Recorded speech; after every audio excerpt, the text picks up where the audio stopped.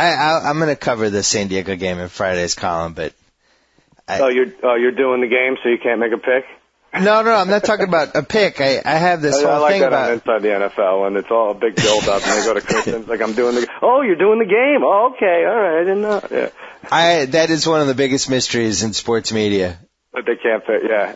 Well, I mean, what is the guy going to start rooting for it in the booth? Right, and they have 1,000 opinions during the game anyway, so what's the difference in one more?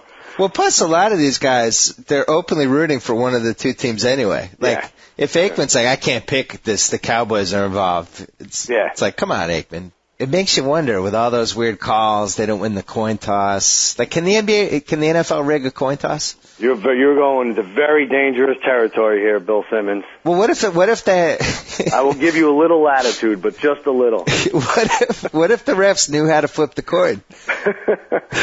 What if Vegas, they taught the refs how to flip the coin? I think what would help is, I think you really have to take advantage of Showtime. Maybe nudity in the last 5 minutes. Not with the male co-host, but maybe have some female nudity. I don't know. Maybe somebody comes in naked with covered in whipped cream and makes picks or... Actually, James Brown would have a heart attack if that happened.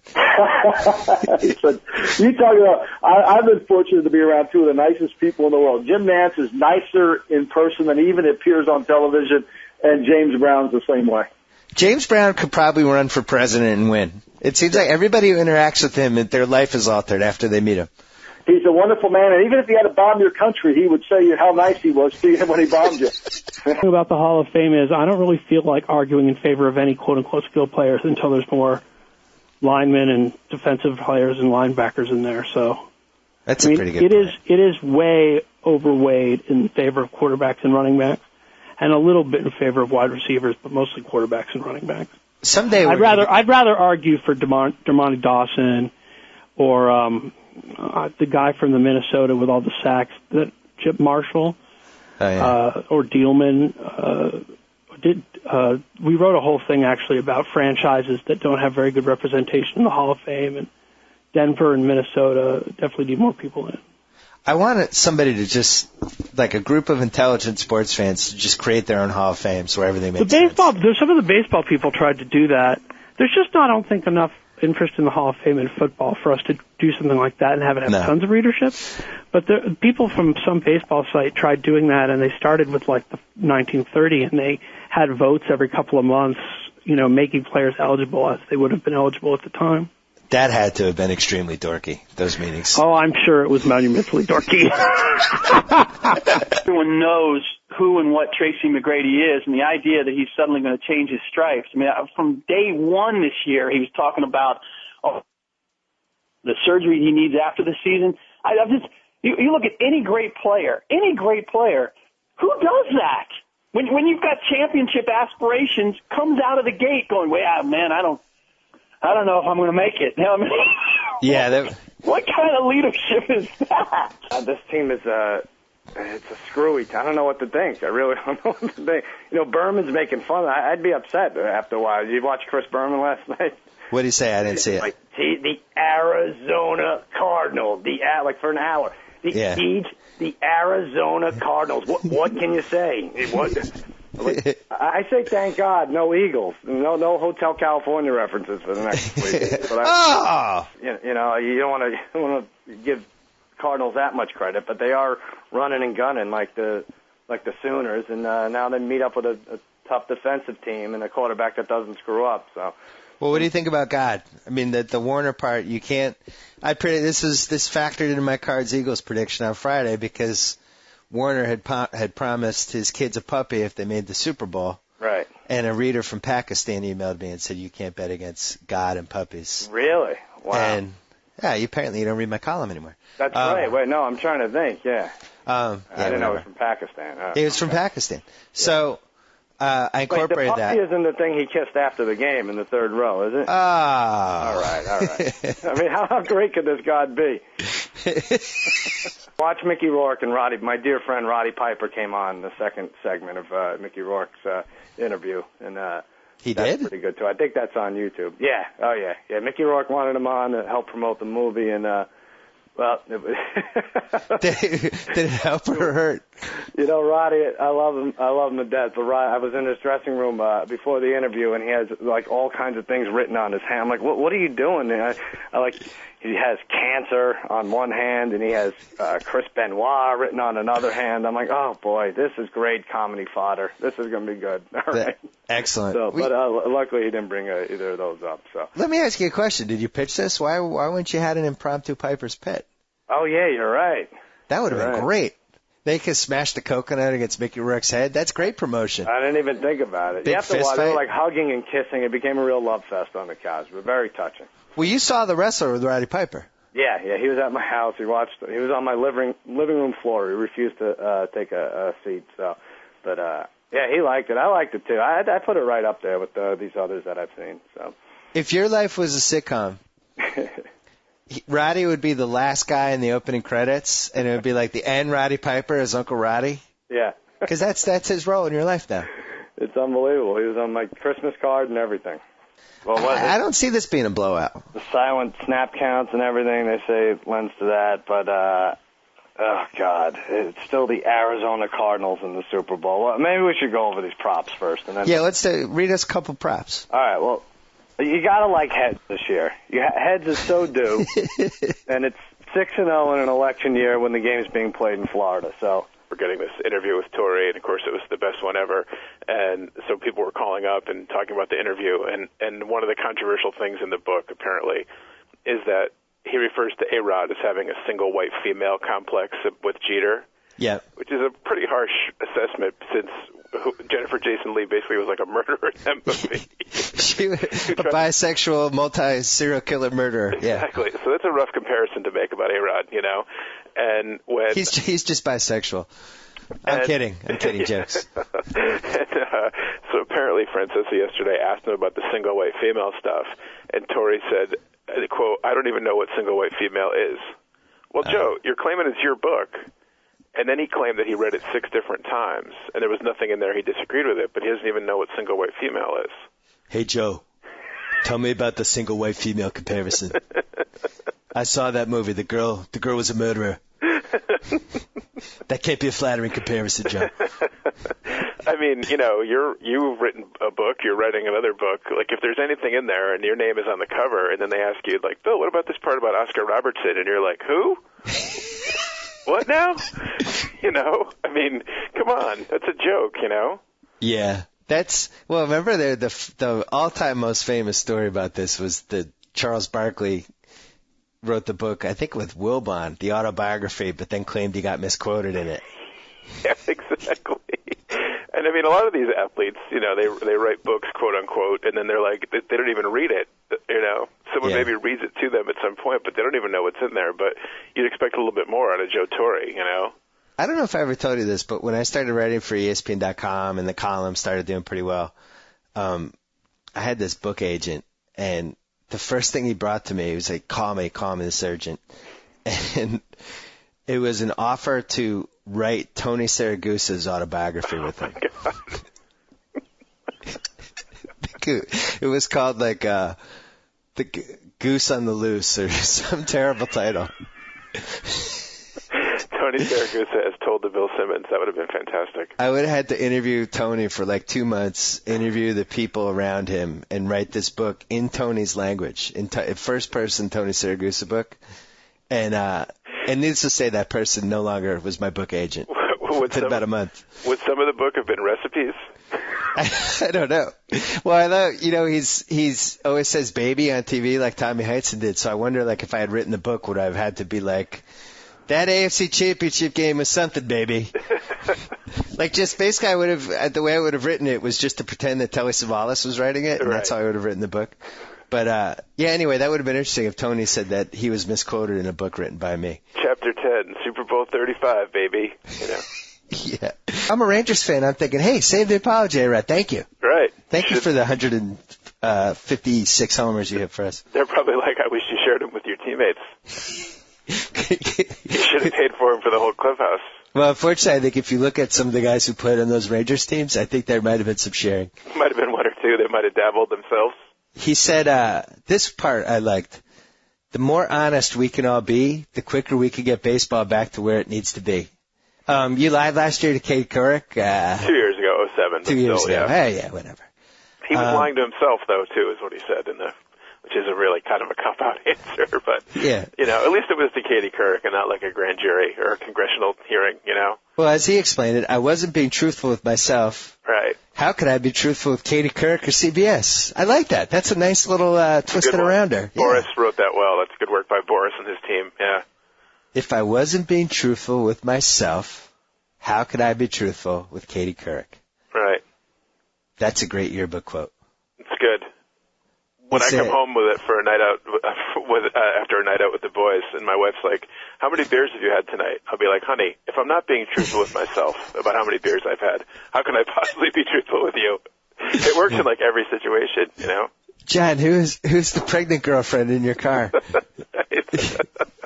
Honey, he said, A-Rod also said, I started experimenting with things that today are not legal. He's talking about drugs, not females.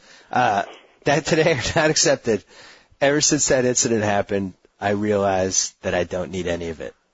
All my years in New York have been clean, or so I'd like you to think. It's good. Do you believe him? Well, he has a good answer for that, actually, that I forget what year it was, 03 or something, and he had some kind of weird injury in spring training, and he's like, I guess he said to himself, is what the gist I took from the article on ESPN is that the gist he took was this it was such a weird injury, it had to be caused by the steroids, and he was like, I could really hurt myself and, have bad tendons or whatever and really cause some injuries, so why am I doing this? He didn't. I'll put it this way, I want to believe it. I want to believe that he's been clean as a Yankee. I really, really want to. Yeah. I think the important thing now is for all Yankee fans just to rally. This could be like in the 1970s when there were team turmoil, and what really angers me is the New York papers bashing him and calling him A-Royd, and there's a thing today A-hole because he's digging himself a deeper hole. Ha ha ha. I mean, the real enemy here is the Red Sox. Let's just focus. Let's just rally as a team. I think it should be a rallying point that there's anti-Sports Illustrated in the Yankee clubhouse between Verducci co-writing A-Rod's book and then this Selena Roberts or whatever her name is bringing this up to, that should really be the rallying cry. Time to circle the wagons. I got a great email, which unfortunately I didn't save, saying that Joe Torre's book is now the Gary Condit of this thing, with the A-Rod part being the 9/11 part, where it's it was this huge story that has just now vanished off the face of the earth. Exactly. He's exactly right. I wonder if Torre feels good about that because it helps to somewhat less, doesn't tarnish his Yankee legacy as much, or if he feels bad because now he won't sell as many books. I think he feels bad. Yeah, because it drove it off the front pages or the sports pages, so he won't sell as many books. Yeah, I think so too. I think when you're talking about anybody who's played for or managed the Yankees, shouldn't the phrase tarnished his legacy, doesn't that just automatically get thrown in now unless there's you have to say something to unless there's some definitive proof to the opposite? No, I don't say that. You've been let down so many times by your heroes. I mean, yeah. Well, the thing is, the whole A-Rod Jeter thing is Mantle Maris all over again, where basically in their heart of hearts, Yankee fans are well, Jeter's the real Yankee, like Mantle was perceived to be. So I'm sure a lot of Yankee fans are oh yeah, I always knew that. He's not a Yankee, He's not really a Yankee. The Yankee fans never felt like he was a Yankee. No, they didn't. Now, I'm just a flat-out whore, basically, so I just root for the laundry, as Jerry Seinfeld would say. I just root for the Yankees, Now, Jeter's my favorite player, and I have more of a bias towards him, too, but A-Rod's a Yankee. That's good enough for me, Mistakes were made. He's apologized. Let's just move on and win the World Series. My years in New York have been clean. Right. A couple emails for you before you go. Jeff from Needham writes, "Oh, Johnny." Logan from Charlottesville thinks that the Hall of Fame should give plaques that have giant asterisks on them. There you go.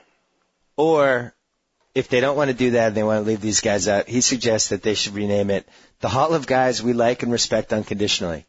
Yeah, I like that. Colin in Annapolis, Maryland writes, this latest Sports Nation poll asked if it guaranteed you a $250 million contract like A-Rod, would you take performance-enhancing drugs? 63% said yes, 37% no. That only tells me one thing.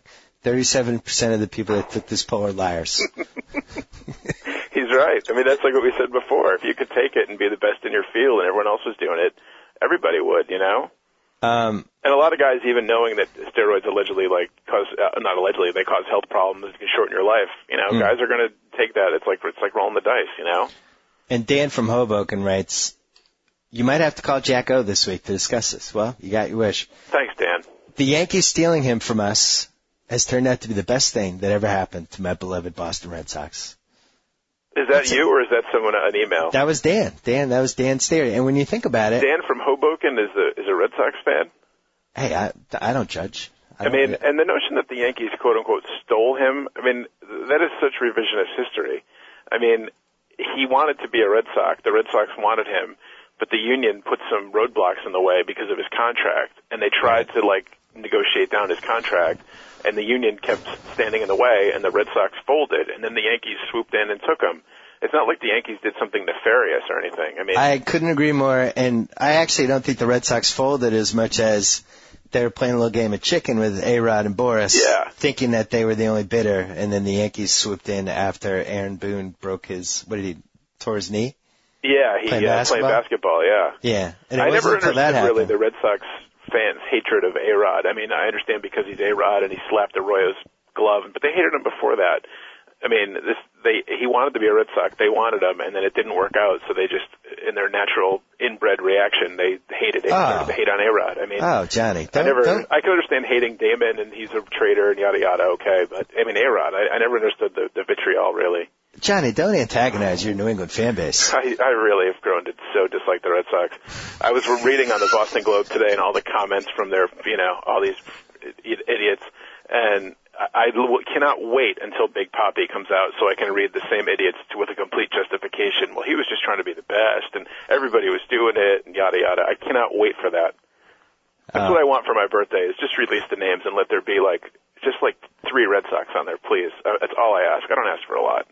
If they released the names and somebody said, "Hey, here are the names," I think I would take my dog Rufus for a walk first to get excited, like a 25-minute walk to really get properly fired up to read the list, and then I would have my wife separate it by 10 at a time, and I would read 10, and then I would go walk around the house, go back. I really think it would be the most exciting internet moment that's ever happened. Remember when the Mitchell Report was going to come out and they had the fake list that everybody got emails of, and the fake list was better than the real list? Everyone was so excited about the fake list. I remember, because there was a lot of Red Sox on there, so I was so happy. And then it was the real list was a letdown because it was all Yankees. So please let there be a list that's like the fake list that has a lot of Red Sox on there. That's all I want. My friend Connor, a.k.a. Connor Shell, the ESPN executive who doesn't think I should have friends on my podcast. Right. He just emailed and said, people are saying that Gammon's getting an A-Rod interview is a coup. I argue that this is a bigger deal. Tomorrow on Around the Horn, Tuesday, Grammy Award winner Lil Wayne. Really? He's going to match wits with Woody Page, Jay Mariotti, and Michael Smith. Well, he's been on before on First and 10 matching wits with Skip Bayless, so. But Around the Horn. That's big time. Yeah, that's pretty good. They're not going to freeze him out, and he's going to make it to the finals, I would think. Johnny, last question. Yes. How does A-Rod get or how do the fans at New Yankee Stadium respond to one Alex Rodriguez on opening day? Oh, I think he's going to get a standing O. I think it'll be like a Giambi thing. I think they're going to circle the wagons and embrace him. I don't think everyone in the stadium will be, but I think a majority will be standing ovation. That will outnumber the people sitting on their hands or being chagrined. Now is the time for all Yankee fans to come home. Come home. Don't throw Yankee players under the bus. He's a Yankee. That's all we need to know. We're going to support him. Johnny, you didn't disappoint. Thanks, buddy. I think Portland is less likely. I just think he means so much to the fans and the franchise. And he's really, this year and it was a little last year too, but this year he has emerged as just an assassin. Well, that's the part about it. You can win a title if he was your crunch time guy. There you go. And he's demonstrating that he has that appetite to be a crunch time guy, and he's successful at it. The only thing that I have a smidgen of concern about is the injury thing. I have more than a smidgen. I have a bidgen. A smudge? I have a bidgen. I mean, we'll just assume everyone you worked with was incredible. Why? Rebecca Lobo. I did a game with Rebecca Lobo. What game was that? It's a Liberty game. Ooh. Wait, how did you get roped into that one? Oh, I did a lot of WNBA. My most famous call is the Teresa Weatherspoon the half-court shot. Wow. That's me. The second greatest moment in WNBA history, behind the brawl.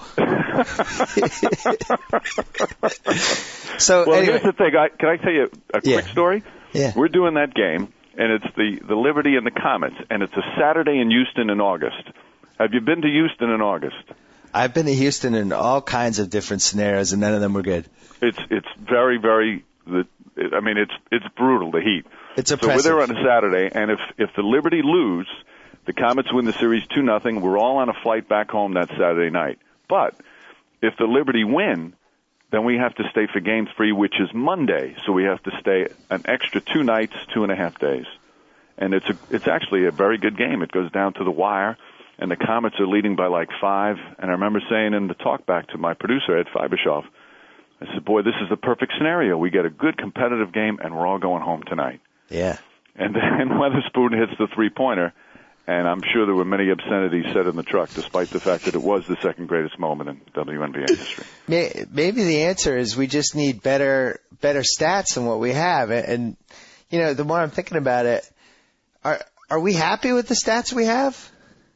Well, I think, again, you look at the defensive stats we have, and they're really poor. And the way that they're really poor is that so much of what happens on defense isn't tracked to any individual player at all. I mean, the 3 defensive stats we have for individuals are blocks, steals, and personal fouls. Right. And together they only account for like 1 play in 5. And so the rest of it is just kind of thrown under the rug. And there's some simple things you can track in terms of like deflections, contested shots. It's pretty easy to look and see who put a hand up on a shot, and give them credit for that if the shot misses. And that's just something that hasn't been done systematically by the league. And their individual teams are tracking a lot of this stuff, and a lot of them you go in the locker room and you see it on a board even. But there's no systematic effort by the league to track it and see who the leaders are and whatnot. So it's what's the word I'm looking for? It's invisible to the outer world. I would even say it's a little negligent. And what's funny is that the NBA has been notoriously negligent with stats. For instance, they didn't start keeping track of steals and blocks until the 1973-74 season. And the only reason that happened was because the year before the ABA had started doing it. So here you have Bill Russell, who, but everyone from that era says he's the greatest player ever. He won 11 of 13 titles. His stats offensively and his rebound stats were good. Points not as good. Didn't compare to Wilt Chamberlain statistically. On the other hand, we have no way of measuring him defensively. It's basically you just have to trust these anecdotes from people. And if you think about it, it would be the same thing like if we didn't keep track of points for Wilt. And people were just like, yeah, I went to this game in Hershey, Pennsylvania, and I swear Wilt must have had like 90 points, but nobody had any idea. So, this has always been a problem. And now we've advanced to just this decade. I remember writing a column in 2000 for my old website trying to come up with better stats. And one of the stats was plus minus. We didn't even really have plus minus until 5 years ago. Yeah, which is the simplest thing. I mean, there's a play-by-play sheet they spit out from every game, so it's the easiest thing to track. So exactly, just basic stuff. And when you say the league has been negligent with their stats, I'd actually take it a step further and say they've been negligent with their history. When you look at still not having like a real Hall of Fame and just footage from anything more than like 15 years ago is just completely impossible to find. I think it's something they really haven't taken care of the way that baseball especially has. Oh, believe me, John Hollinger, I'm taking care of this in my book because it's terrible. I mean, the Hall of Fame we have is terrible. The fact that you can't even figure out, we have tape of the entire 1969 finals. They couldn't hire one guy to go back and figure out how many blocks Russell had in the 1969 finals. How freaking hard would that be? But then you look at the stats we have now, like, for instance, the assist. And the assist has changed so many times over the last 50 years that I can't even figure, you're trying to measure, all right, Oscar Robertson had 10 assists a game in 1962 and Stockton had 14 in 1987. You can't even, what does that mean? Because I read stuff from the 50s and 60s and you only got an assist if, the guy didn't dribble before he shot. And somehow that changed. Yeah, and it's pretty easy to prove that because the percentage of baskets that were given an assist has increased heavily since the 60s. And the assist is the most problematic basketball stat, though, because it's an opinion. And the other stuff is pretty factual. Player X missed a shot, player Y got the rebound. But the assist at its root is an opinion, and there's always going to be a fine line between, okay, did the guy take 2 dribbles because he was streaking to the basket and got a good pass and had the step, or did he do it all on his own? And you can really see that when you look at the home road difference in assists for certain point guards. I mean, Chris Paul, I think, is a shining example. I know this because I was at so many Hornets games last season covering them. I mean, he got some absolutely ridiculous assists in that arena, right. Where guys were taking 4 and 5 dribbles and making contested jumpers, and he was getting an assist for it. That doesn't mean he isn't a great player, but you do take his assist total with a little bit of a grain of salt because of that, and that's a hard thing to factor into a statistical analysis like this. Is okay, how many, how do we compare these assists apples to apples? And the other thing, you talk about the mega assist. An assist for a dunk obviously is much more valuable than a kick out for a jump shot, and we don't have good ways of tracking that yet. That was my next thing I was going to mention is it drives me crazy that they don't differentiate between assists. Because, and not just that, but, man, you watch any of Bird and Magic's games from the 80s, and those guys actually left assists on the table because they'd have 4 or 5 plays a game where, they'd bring somebody else's guy over to them, hit somebody for a layup or dunk, but the guy got fouled. They get no credit for that. You get no credit for 2 free throws that you created for somebody else. You know who got killed on that? There's Stockton. Right. Because of all those passes to Malone, where Malone would just throw himself into a guy and go to the line. Well, and also Nash and Stoudemire, too. Think all the time Stoudemire got racked on that high screen. Yeah, or anyone who's played with Shaquille O'Neal, obviously, too. Yeah. And, that's an obvious example. If a guy goes to the line for 2, you should completely get an assist, or at least keep a separate category for foul assists. Actually, when I go to games, I track this. I've never seen anybody get more than 1 or 2 in a game of those, but I can imagine that, I was never at a Stockton Malone game, obviously, and I can imagine that they probably were games where they had 5 or 6 of those. Well, I'm really the only person alive who still religiously watches tapes of the '86 Celtics, but Bird would get 1 a quarter. He would, because just with that team, the spacing was just perfect. So somebody was always open and somebody always had to get fouled. But you were mentioning about how the Chris Paul thing. This is something that really started. Supposedly, the first guy it started with was Kevin Porter in the late '70s. You look at Kevin Porter's assists. And think of what type of player he was. He had some crazy assist season, and he had 29 assists in a game, but it was always at home. And right. So, and if you read Bird's autobiography, Bird had this theory on the West Coast that they would bump the assists, and maybe that kind of explained how Magic's numbers went up a little in Stockton. And I think it just went from there. By the late '80s, if it kind of sort of looked like an assist, you gave the guy an assist. And now there's no way to figure it out. But there's too many plays that aren't where nothing was really created and the guy gets an assist. I would completely agree with that. So you agree that maybe mega assist should be in there. We got to figure out a stat to follow what somebody like Battier does, because I thought.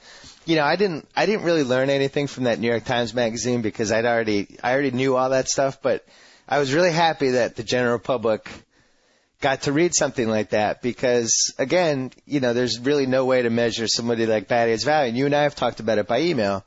You have your PER system, which, has some strengths, has some flaws, but Battier got just killed in PER. He was routinely one of the lowest guys in the league, and, you admitted to me he's just not going to translate in that system. Yeah, I mean, both he and Bruce Bowen would be the other one who has always been at the bottom of the league, and again, it's because most of their value is on defense, and defense statistically is just a black box right now. Well, also it's also easier for somebody to play 15 and 20 minutes a game as at the highest possible level of intensity that they have versus somebody who paces themselves over the course of 40 minutes again? That actually, I mean... You don't agree? No, because I researched it. And players within reasonable human limits, players tend to play better the longer run they get. Players tend to do better when they start than when they come off the bench. They tend to do better when they play 25 minutes than when they play 15. Obviously, there's limits to this. If you play Eddie Curry all 48 minutes, you're going to see some diminishing returns. But in general, players do better the longer they're out there. And it makes sense. Those first couple minutes, you're cold. And you look at guys, especially when they play small chunks, when they, have games where they play 4 minutes or 8 minutes, usually you don't get much from them. I like the fact that he feuds with Pat Summitt. Like, they legitimately don't like each other. How could he feud with a woman? Yeah. It's just a weird thing. Like, yeah, I'm feuding with a He's like this super lady. cocky guy. He's really, he's bad with the press, and he's bad with people, like, in real life, like people that meet him. He's really, thinks that he's the man. Dude, you coach women's basketball. There's 2 states in America that anybody cares about it. You happen to coach in one of them. If you went to any 48 other states, here in Tennessee are the only 2 places that care about it. Yeah. No, you're not, nowhere else are they going to even know who you are. So calm down, But here it's like being a god. He's got restaurants and he's got restaurants? Yeah, he's got a restaurant. He just opened a restaurant at either Foxwoods or Mohegan Sun. Really? Yeah. Fresh fish? But again, here's the big issue, and this is what happens in the NFL. Unless there's a coach in the building standing on the table saying we got to have Matt Castle, it's going to be very difficult for people to make the trade because somebody wants to take accountability. And what happens often in the NFL is nobody wants to be wrong. And how about this? How does Carolina bring back Jake Delhomme? Or as you call him, Delhomme. How do they bring him back after what happened in the playoffs? How do they reintroduce him to their fans and say, you know what? This is going to be a much better year with Jake Delhomme. Forget about last year. I don't know how you do that. They're hoping nobody watches NFL Rewind on NFL Network. The Arizona Cardinals were in the NFC East for so long, and they said, all right, we have to do something about this. Well, the ACC has it too. Like, BC is in the ACC, but the ACC is the Atlantic Coast Conference. Right. Yeah, they don't really care anymore. I don't know why they made that shift. Why not just, at this point, just sell the conference name to sponsors, and instead of calling it the Big East, call it the Subway. Yeah. The Subway Fresh Take Conference. Well, I emailed a couple of my friends in Buffalo. I'm like, I'm so sorry I heard you got cancer. Let me know if there's anything I can do. And neither of them knew what I was I guess I should have said, let me know let me or anyone in the Cowboys organization know if there's anything we could do. And they were like, why would you spread a rumor like that? That's terrible. I'm like, no, I'm not talking about real cancer. I'm talking about Terrell Owens cancer, which is worse. But my friend Ryan, who was a professional baseball player, he got us some tickets to a Yankees-Red Sox doubleheader years ago, 10 years ago or more. And we went down. It was a weekday. There weren't that many people in the stadium, and between games we could wander around the whole stadium basically. And we went to the last row in the extreme upper deck behind home plate. I'm not really crazy about heights. I was up in the last row there, and it was so steep looking down. I was clutching onto the seat rails. I thought they were going to have the NYPD talk me down. It was really the angle was just ridiculous, Well, can you imagine being in the 70s and 80s before they tapped off the beer sales? Just being up there for 4 hours getting drunk? It's amazing that nobody ever died there. Well, they probably did. We just probably didn't know about it. It's covered up. It was like the NBA All-Star Weekend in Vegas when there were 8 deaths and none were reported. Okay. The truth never comes out, right? Carlos Silva, really his righty counterpart in mediocrity. And then Ryan Roland Smith, who sounds like a Saved by the Bell extra or something. It makes you nervous when these guys have 2 names with a hyphen. Yeah, the hyphen has never really come through with professional sports. I feel like, except in the WNBA. Everything that I like about Oklahoma City, 3-4 years down the road, I think the Thunder can overtake the Portland Trail Blazers. Thank you. I will get off my soapbox now. Hey, Buke. When Sam Presti was paying you for the lap dances, did he get 3 songs or 5? Cleveland Cavaliers minus 3,000 to win round 1 against the Detroit Pistons. Wow. If only I had $3,000 to win 100. To win 100, minus 3,000. That's like almost off the board, isn't it? It's absurd. Yeah, right. it's stupid. Do we need to talk about it? Well, we do, because here's what I want to see from the Cavs against this dysfunctionally messed up Pistons team that Joe Dumars ruined with that Iverson salary dump trade, and everybody is still giving him back rubs about it. Yep. And really, they could have won 55 games if they had just kept Billups, right? Mm-hmm. Yeah. The Celtics odds have, according to another website, sportsbetting.com. Joe Mead, can we talk about these websites, or are we not allowed? Like, you can go for it. I mean, you know. Okay, thanks for your support. Yeah. So you're going to say, go for it, and they might tell us afterwards that we have to bleep everything. Exactly. Well, what about your least favorite player in the major leagues, Kevin Youkilis, hitting the game winner on Friday night? How did that make you feel? And Kevin Youkilis is now the best player in the American League. There's not a single player on the Yankees that I would not trade for Youkilis and or Pedroia.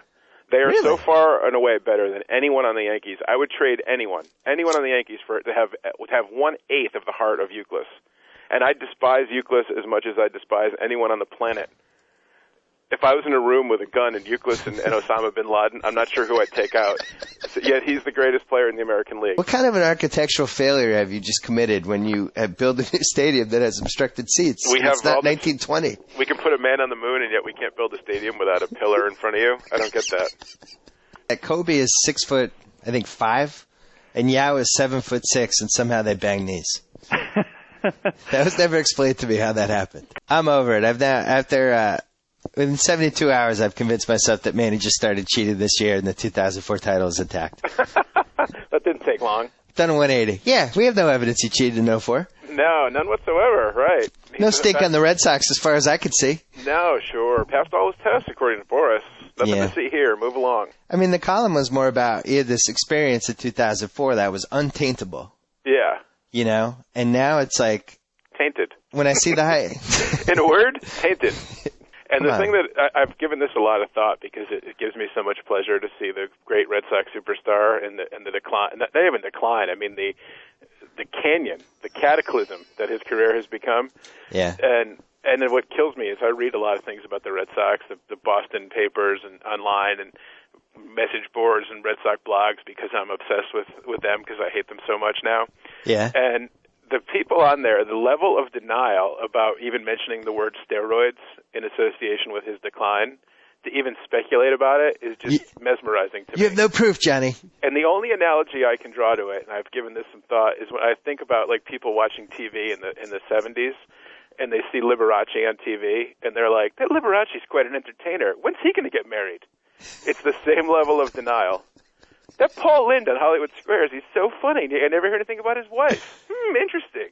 It's the same level of something that is staring you in the face as blatantly obvious and the willful, forced denial to even question that steroids were involved in his career and its subsequent decline is mesmerizing and fascinating to me. There's no proof. You have no proof. You have zero proof. Other than a coincidental drop in production right around the time they started testing. No proof. So who do you think is the least funny athlete ever? It's a tough one. Wow. Ty Cobb? Hey, Bill, first off, you're the man. Thank you, Jose. Excellent job. I was at the gym listening to your podcast today with Matthew Berry on the finals. I was on treadmill for a bit, and in the middle of it, I heard Joe Mead's voice. Immediately, because I probably forgot I was in a public place, I yelled out, Joe Mead! The girl next to me taps me on the shoulder and was like, are you listening to Simmons? We ended up talking for a while, and I got her number, so for that, I thank you. Wow. Now, that might have been made up, but That sounds made up. I'd like to pretend that it's not made up. Well, I mean, if you're going to make it up, are you going to say you're Jose from Miami? Maybe. That's a weird story to make up. If they have a kid, though, I hope they name it Joe Mead, whatever the last name is. How about Jose Mead Jr.? That's pretty good, yeah. I like the fact that he yelled out Joe Mead, though. That's good.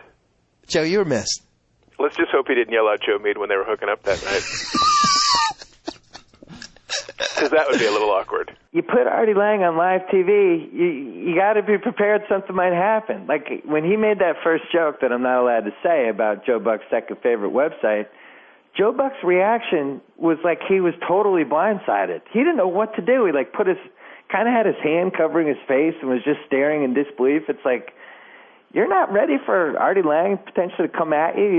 You're not familiar with his work that he's on for 20 hours a week, being able to swear and be profane on this Howard Stern show. Well, his girls were in the audience. Joe Buck's girls were in the audience. He made me laugh yesterday because I asked him, what is actually your second favorite website? And he just blurted, it ain't that. Because what you don't realize, because all we always see is the Margot Kidder, James Brolin. They left the house. They left everything in. They never went back. Black goo was coming out of the walls. The gateway to hell had been opened in the basement. The dog saved James Brolin. They leave the part out where people have been living in that house now for 30 years. Yeah, it was no events. People moved in like 4 months later. Yeah, no problems. Come by our house for July 4th. Where you live? Oh, we're at the old Amityville Horror House. My wife and I are looking to buy a house, and that's going to be one of the first questions I ask. There's not a gateway to hell in the basement, is there?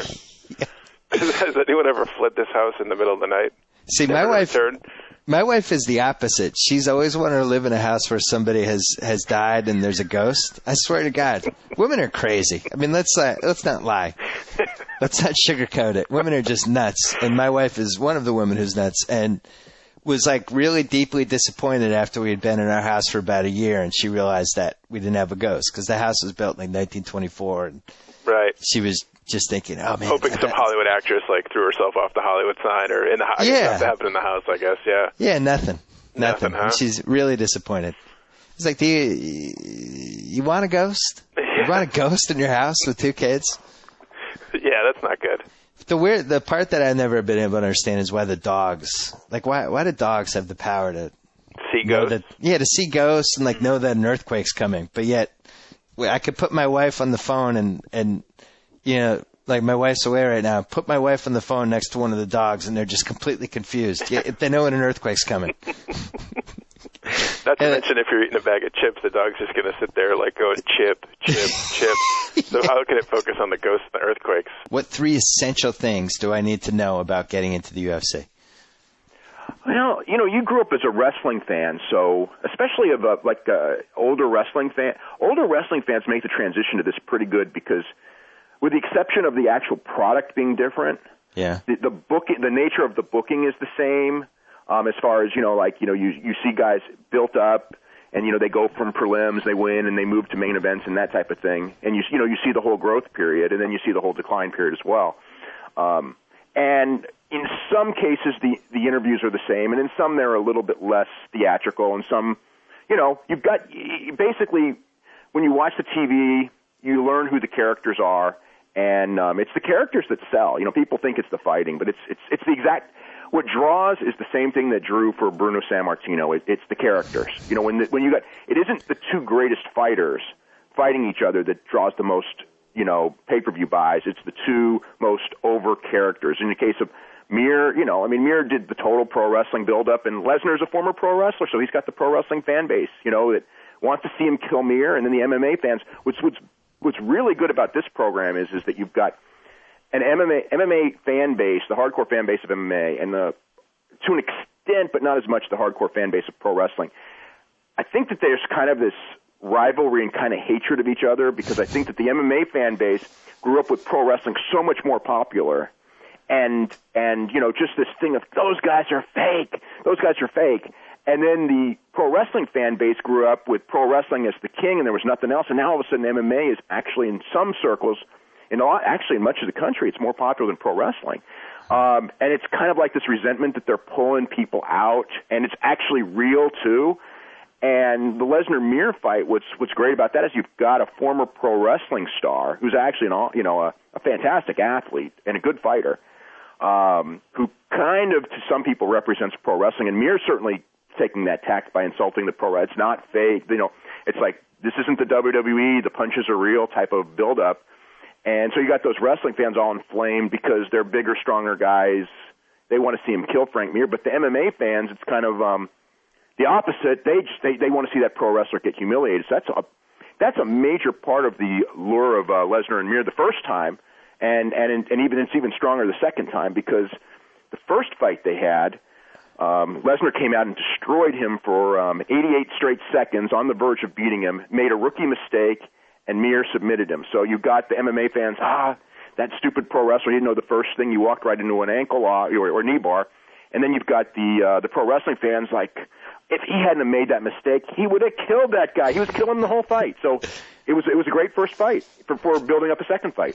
This is great. You just got me so excited for the rematch. I'm fired up now. I'm in the wrestling fan camp. I'm going to root for Brock Lesnar. At UFC 84, there was a guy in a wheelchair just covered from head to toe. You know, kind of like you probably never saw this one, but when Andy Kaufman did this in Memphis once with Jerry Lawler, where he I saw it. The mummy thing? Yeah. So he's like sitting there in this wheelchair all covered from head to toe, and no one knew who he was. They just thought he was, like one of those, burn victim child. Later I found out it was Michael Jackson. Wow.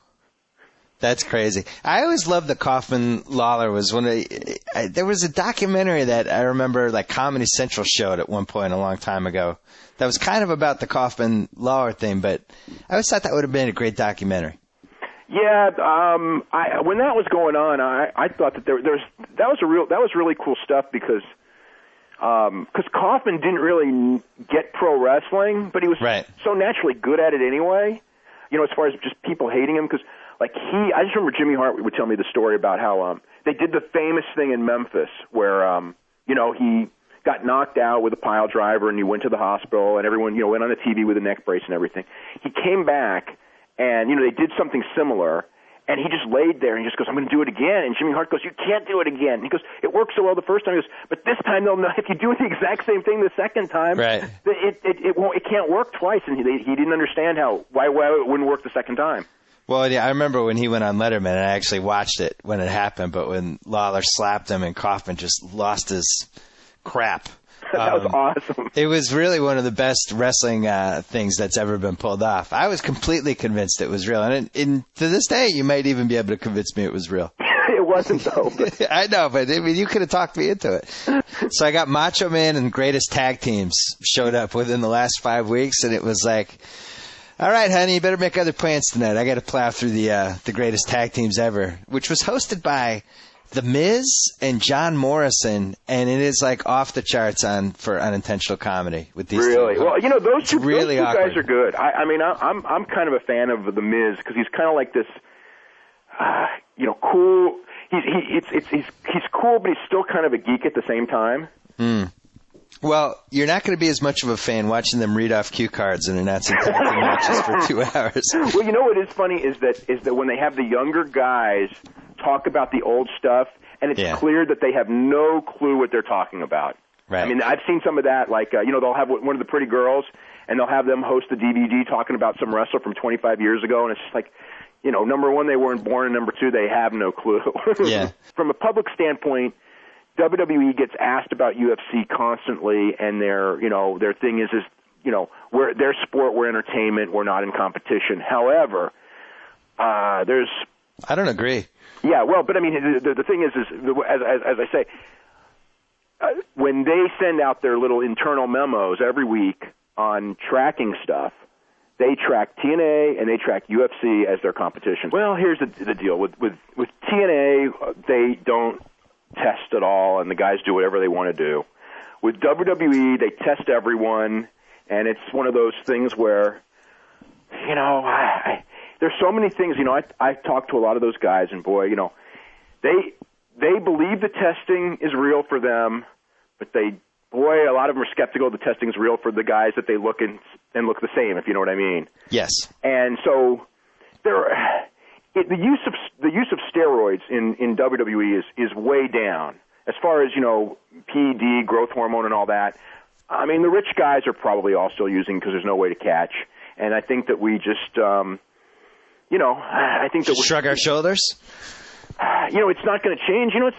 They're not the only ones, and they're no longer the worst offenders of it. I mean, there was a period in like the late 80s and even again, up until Benoit really, where they were, right up there with the worst offenders. And let's face it, I mean, guys were dropping dead in wrestling a lot quicker than they were in, anything else I've ever heard of.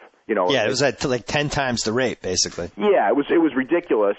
And, there's still, I still write obituaries of young people, pretty regularly. So I just think that people have grown, I do think people have grown numb to it, because I think that they started growing numb to it realistically like 11 years ago, but Eddie Guerrero and Benoit were, one Eddie Guerrero was like so big when he passed away, and Benoit thing was like the worst crime in the history of any athlete in our lifetimes. Yep. So that kind of moved people, the Benoit especially. But, now it's 2 years later, and, I think that people just expect that we're going to have, a half a dozen deaths of guys in their 30s and early 40s in wrestling, and that's just wrestling. I mean, it's terrible, but and this is something you've probably dealt with from the minute you started writing about wrestling, right? Well, I mean, it wasn't as overt as it is now, but at the time, you got to, I was watching the MSG Classic with superstar Billy Graham from 1977, and we learned afterwards that this guy was using steroids all the way back then. And in baseball, people seem to think steroid use definitely only started with McGuire and Canseco in the early 90s, and superstar Billy Graham was doing it in the mid-70s. So how do we know that this stuff wasn't everywhere? I'd never got an answer to that. The weightlifters started in the 60s, and steroids were around in wrestling in the 60s, but they got one wave of popularity in the late 70s because superstar Graham got so big and everybody wanted to emulate him. And then really hit it big in 84 when Vince went national because, I mean, Vince was a bodybuilding freak, promoting wrestling, so the wrestlers knew we better look like bodybuilders. Yeah. Yeah, I've never been able to really get the full timeline, but you think about that superstar Billy Graham, and you're talking about a guy who was the champ in 77. Yeah. Right? Mm-hmm. And I don't know, for people to think that this stuff definitely wasn't around in baseball back then, I think it's naive. Well, I'll tell you, it was definitely around in football because the Chargers were the first team that distributed steroids on their training table, and that was that was 61, 62. Yeah, and there were players on the Chargers that had health problems. What's funny is when Ernie Ladd died from cancer, he was 68 years old, and nobody thought of it. I'm going he was on those Charger teams. I mean, maybe I'm not saying that, maybe he would have lived to be 78. You know what I'm saying? I mean, maybe it had nothing to do with it whatsoever. I don't know, but I'm just. When or Dick the Bruiser, who was one of the earliest steroid users, he died at 62. People didn't really look at it, but it's maybe he would have lived to be 75. Well, the one thing we can all agree on is that Dusty Rhodes was definitely not on steroids. we're all going to agree on that one. I don't know if he could have had those man breasts, they wouldn't have been as big, or maybe they would have been even bigger. I don't know. Yeah, and look at the funniest thing is. Dusty's got to be 400 pounds now. I mean, Dusty's got to be 400 pounds now, and he's 64, 65 years old. He outlasted 75% of his contemporaries. Yeah, that's true. You wouldn't have gotten good odds on that in Vegas, I don't think, in 1982.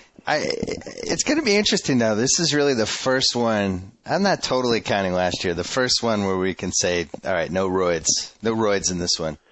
Oh, I don't know that we can say that. We can't. All right. I was giving baseball the benefit of that. We're sitting there, and at some point she starts to realize that deep in the back of my twisted head, I'm thinking that maybe we don't leave until after this game ends. Right. And she took a stand. And it was like the 12th inning. Yeah. And she just said, we're leaving. We're going on this date. And you could follow it on your BlackBerry. So then I became that guy at the restaurant. You're exactly right. And not even focusing on her or any conversation, just studiously, feverishly looking at your BlackBerry. But we differ on this. I feel like there's so much value in the 5th, 6th, 7th rounds that I would rather just take somebody like Peyton Manning or Greg Jennings or Steve Smith, whoever, over taking the 15th best running back. Oh, that's Brett Favre. He retired. Oh, my God. He did it again. I think somebody on a BlackBerry is going to get taken out next year. And that'll be funny. Yeah, that'll actually be good. People will be rooting for that as long as the guy doesn't die. Oh, that was great.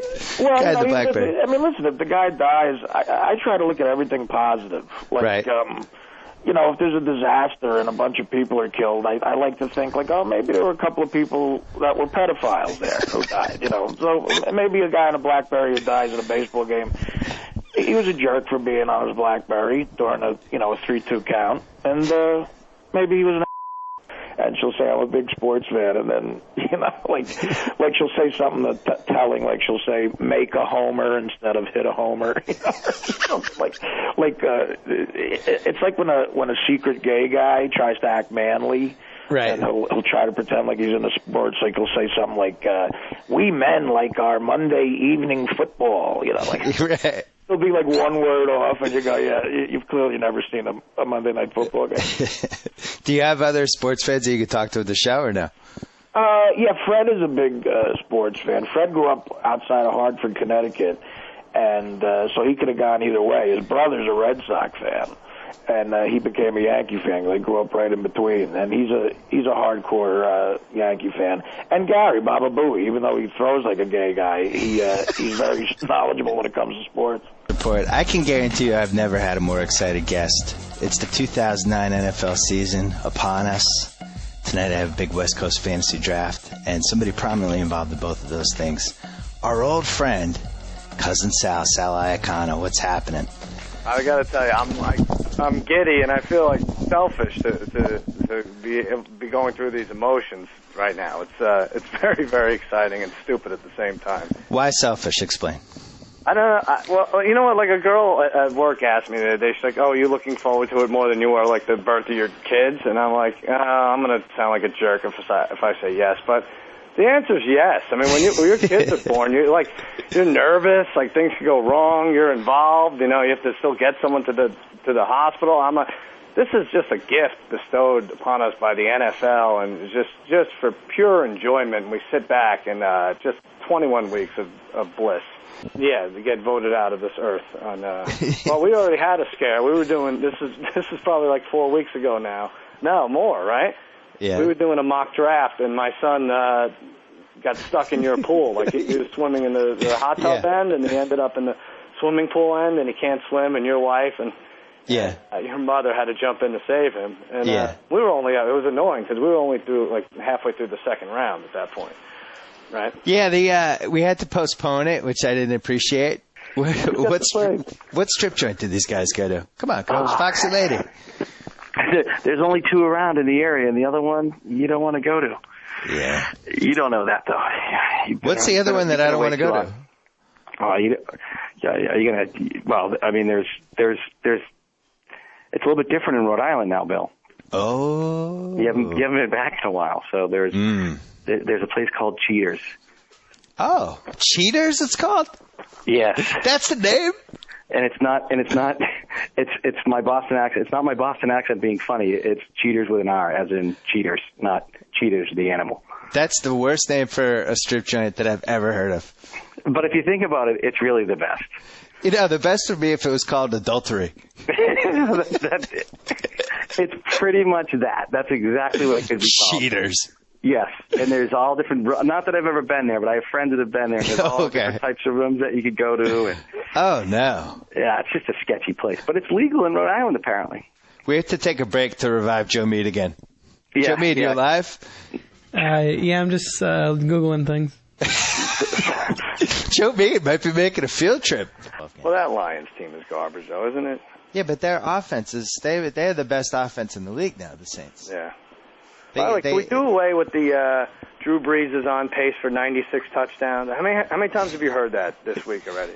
You mean after week 1? Or Peterson's on pace for 4,000 yards? Everyone can multiply 6 by 16, Yeah. How many wins are the Rams and Lions on pace for? 0, right? How about the Broncos? 16-0? 16 times 1? Okay. We got it. Brad Childress is on pace to use all 32 challenges. Is that what yeah, right. by the first half. Yeah. How far are we going to take this? Yeah. The son of athletes never make it, except for Ken Griffey Jr. is really the only one I can think of. It's like Michael Jordan said to his kids, I wouldn't want to be you guys. Yeah. What a dad. The 2 NBA players feud. It's either over a poker game or somebody had sex with the other guy's girlfriend or mistress. Yeah. And we were debating whether this applied to the Braylon Edwards, LeBron James scenario. Mm-hmm. And then I came up with a brainstorm that it actually goes further than the poker scenario because LeBron James owns a casino in his house that he built. Oh. So what are the odds that Braylon Edwards played at LeBron James's casino, lost a lot of money, didn't have it on him, and was like, I'll get it to you this week, and didn't, and that led to the whole Braylon Edwards, LeBron James bad blood. I like that theory. Let's put that out there. I don't care if it's true. Let's put it out there. So that's one theory. The other theory is that LeBron just had sex with his girlfriend. That'd be another possibility. Or Braylon Edwards had sex with one of LeBron James's entourage's girlfriend. I mean, there's a lot of things in play. Put it that way. I wish we could wait. Well, that's why they should work it out at halftime during this game. Yeah, we're good. The full game. Why does Joe Meade always sound so miserable whenever you ask him a question on the BS Report? He sounds like he's about to slip his head in a noose and jump off the chair, but oh no, for one more grueling second, he has to deal with you before finally embracing the sweet release of death. What have you done to this poor man? Joe Meade, defend yourself to Ryan in Chicago. Well, thanks, Ryan, for the concern, but really, everything's fine. I love my job.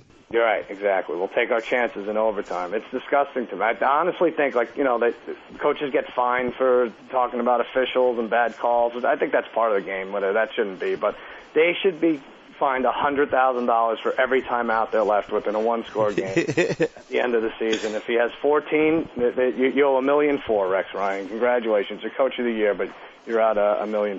Big question number one. Why are there so many really, truly horrendously bad teams? I think the Monday night game spoke volumes to why. Experience. I think the league, the owners now want to hire people without experience. I've been saying this for a while. If you call 3 consecutive first downs in the NFL as an offensive coordinator, you're a candidate to be a head coach. There's no achievement that has to be met before you become a head coach. And that goes with building. That goes with guys that are becoming general managers. That goes with guys that are becoming head coaches. And I think we're seeing a great disparity. When I first got in the league in '84, you had to work at your craft a very long time before you could get promoted. Now in the NFL, 1 year in the league, Raheem Morris, wonderful coach. He'd never been a coordinator. Now he's a head coach. That's a double promotion, and those things shouldn't happen. And when you're building a football team, experience matters. Monday night showed you that. Dan Henning had been around the block long enough to know how to protect against that blitz package. He understands it, and he did a very nice job of protecting a rookie quarterback, Chad Henne. And I don't think the NFL is always about experience. It's about what's new and what's fresh. You nailed that. It's 4. I saw it 4 today, and I said 3. So you got that one. I like the Falcons.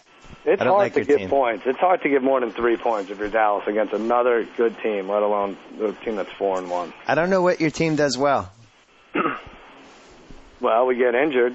You get injured well. You have a coach that stares at the field with his mouth open well. Yeah.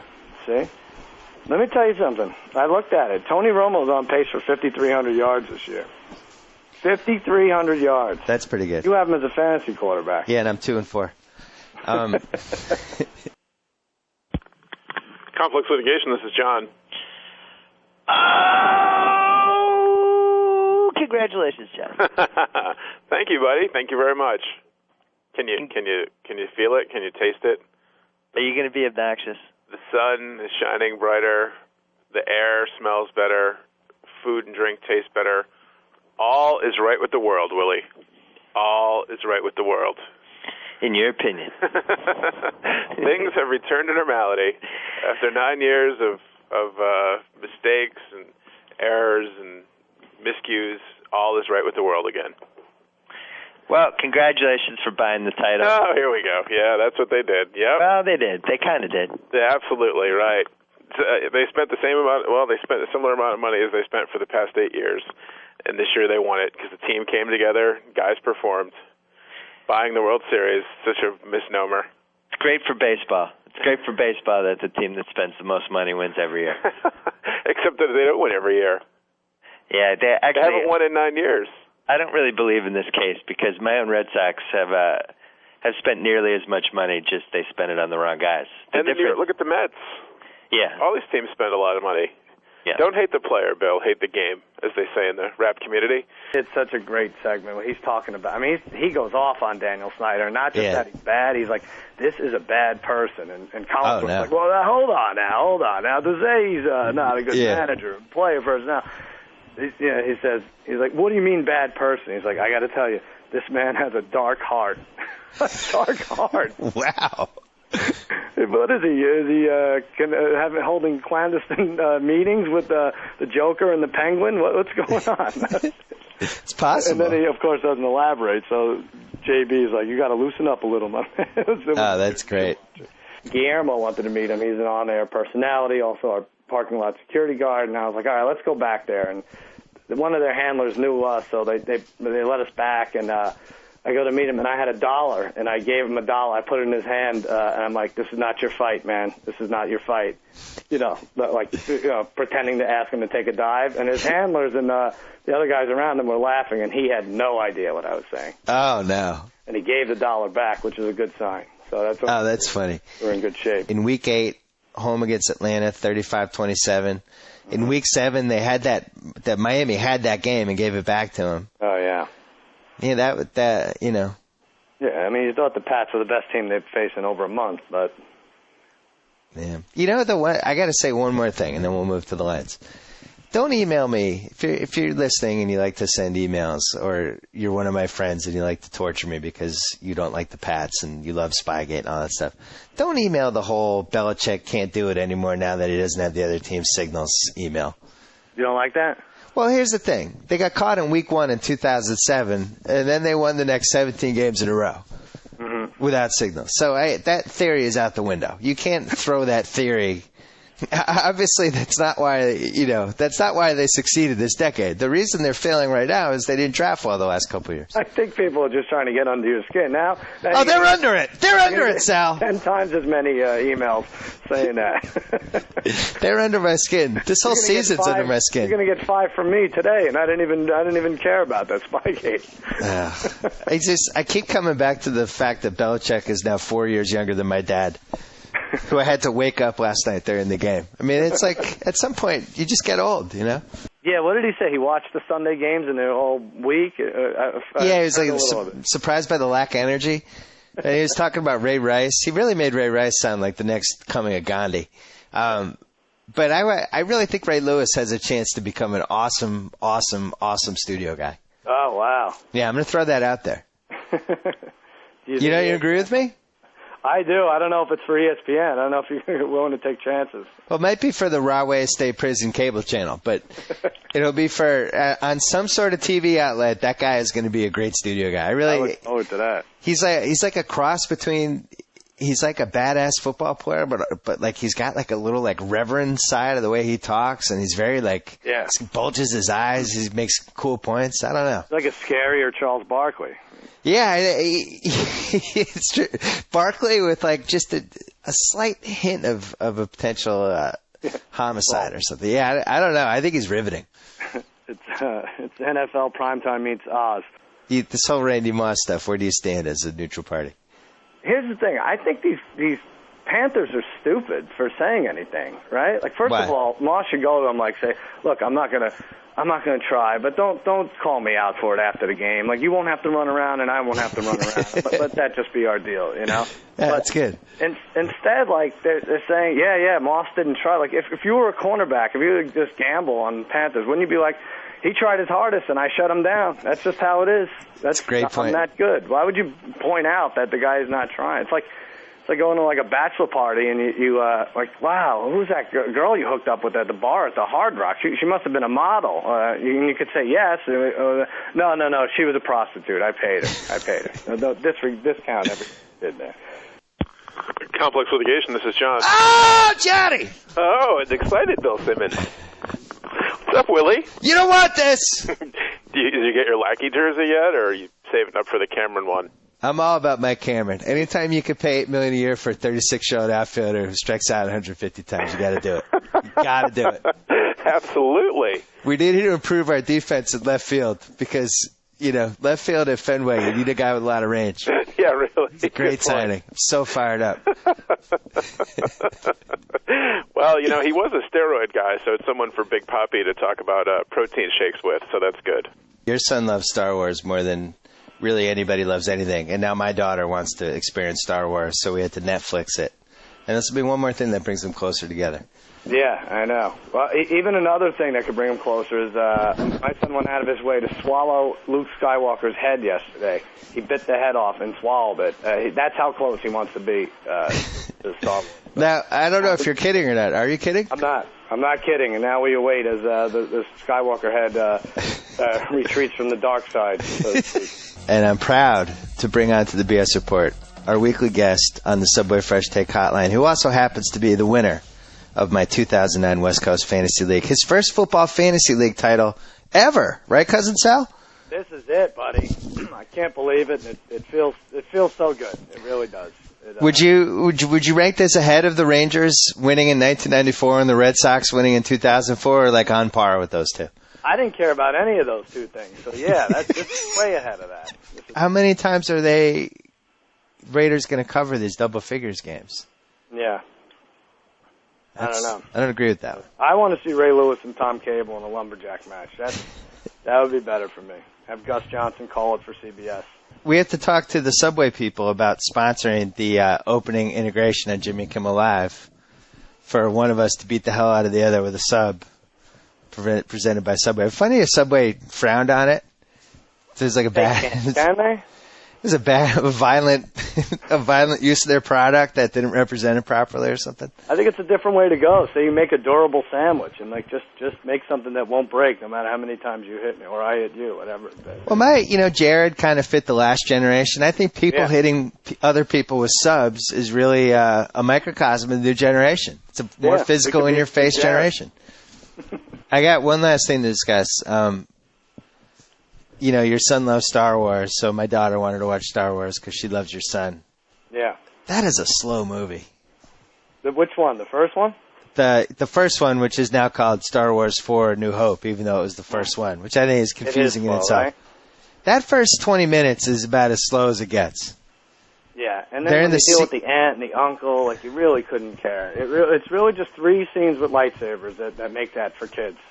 C-3PO and R2-D2 in the desert. You think it's going to end, and it doesn't end, and then there's still no, I'm going to go this way, you go that way.